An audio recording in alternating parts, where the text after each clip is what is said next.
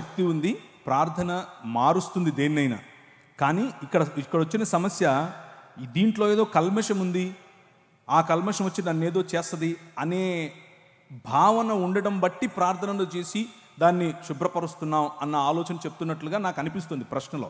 కానీ ప్రసాదం తీసుకోకపోవటం అంటే విగ్రహాలు తీసుకోకపోవటం అనేది నీ సాక్ష్యములకు సంబంధించింది.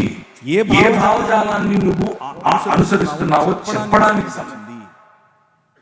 నువ్వు ప్రార్థన చేసుకుని తిన్నంత మాత్రాన ఇప్పుడు ప్రార్థన చేసుకోకుండా తిన్నా కానీ అది భోజనమే. అది సామాన్యమైనటువంటి బ్లడ్డే, సామాన్యమైన ఉప్మానే, సామాన్యమైన పొంగలే. దానివల్ల నీకు వచ్చేది పెద్దగా ఏమి ఉందో లేదో అని కాదు.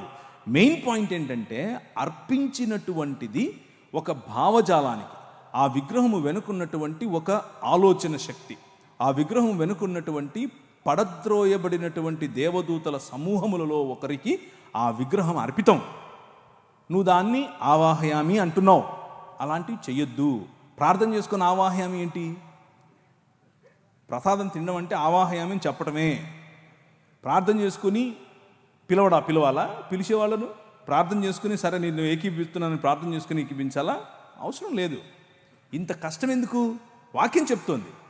నువ్వు ఏదైనా మార్కెట్లోకి వెళ్ళావు, కొనుక్కున్నావు, ప్రార్థన చేసుకో, తిను. కానీ కావాలని విగ్రహార్పితములా వద్దని చెప్పు. వాక్యం చెప్తా ఉంది. అలా చేస్తే పోలా? దానికి దాన్ని ఏమంటారు, థియోలాజికల్ ఇది చేయాలా? ఇప్పుడు ప్రార్థన చేసుకుని మనం ఒక శివాలయంలోకి వెళ్ళి, వారు భక్తితో శివాలయంలో ఉంటారు, శివుణ్ణి పూజిస్తారు. మనం వాళ్ళని అవమానపరుస్తూ అక్కడికి వెళ్ళి ప్రార్థన చేద్దామా? యేసు ప్రభువా, ఈ శివలింగం ఎవరో కాదు, యేసు ప్రభువే అని మనం ప్రార్థన చేద్దామా? అది కరెక్టా? అది వారిని అవమానించినట్లు, మన విశ్వాసాన్ని మనం చాటనట్లు. అలా చేయకూడదు.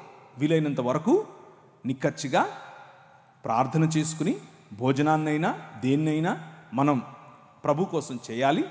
కానీ తెలిసి ఇది ప్రసాదం అని తెలిస్తే అవతలి వ్యక్తితో ఏకీభవించటం లేదు అన్న మాట చెప్పటం కోసం ప్రార్థన చేసుకొని తినాల్సిన అవసరం కూడా లేదు. అసలు తినాల్సిన అవసరం లేదు.